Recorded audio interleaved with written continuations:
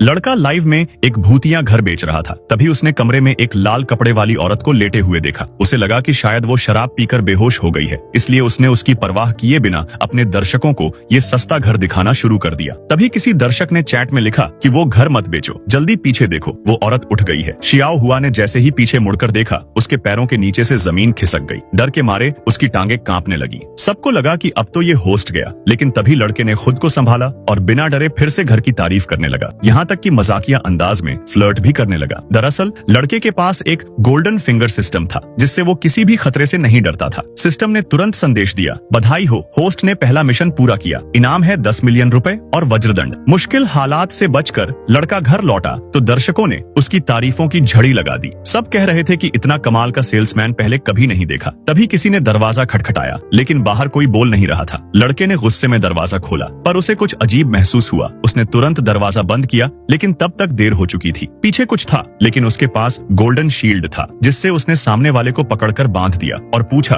कि वो उसका पीछा क्यों कर रहा है। तभी सामने वाली औरत ने सब सच बताया। उसके साथ कुछ अलौकिक हुआ था और अब वो चाहती थी कि लड़का उसकी खोई हुई शक्तियां वापस लाने में मदद करे, ताकि वो फिर से सामान्य इंसान बन सके। लड़के ने मना करना चाहा, लेकिन सिस्टम ने एक और मिशन दे दिया। अगर तुम इस गंभीर रूप से घायल महिला के साथ जीवन मरण का अनुबंध बांधो और मिशन पूरा करो, तो तुम्हें 3 करोड़ रुपए और ताइची की दिव्य कला मिलेगी। यह सुनते ही लड़का उत्साहित हो गया, क्योंकि यह वो शक्ति थी जो मर चुके व्यक्ति को भी जिंदा कर सकती थी। उसने महिला की मदद करने का फैसला कर लिया और महिला ने भी उसकी शर्त मान ली। अनुबंध का मतलब था कि दोनों की जानें एक दूसरे से जुड़ जाएंगी, यानी अगर एक मरे तो दूसरा भी। महिला को यह मंजूर तो नहीं था, पर अपनी जान बचाने के लिए उसे हाँ करनी पड़ी। दोनों ने अनुबंध पूरा किया और लड़का को तुरंत ताइची दिव्य कला मिल गई। उसने महिला का इलाज शुरू किया, पर उम्मीद के मुताबिक नतीजे नहीं मिले। महिला ने अंदाजा लगाया कि जिसने उसे घायल किया उसकी शक्ति बहुत बड़ी है, शायद वो किसी राक्षसी संगठन का प्रमुख है। तभी सिस्टम ने एक नया मिशन दिया, अगर तुम उस राक्षसी संगठन के गुरु को हरा दो तो 5 करोड़ रुपए और क्यानकुन दान इनाम मिलेगा। लड़का समझ गया कि वही व्यक्ति महिला को घायल करने वाला है। इस बीच शहर में कई लड़कियां गायब हो चुकी थीं और घायल महिला की बहन अपनी टीम के साथ पुलिस स्टेशन पहुंची, जहां उसे पता चला कि इन सब का रिश्ता किसी रियल एस्टेट एजेंट से जुड़ा है। उसी वक्त वो राक्षसी गुरु भी वहां पहुंच जाता है।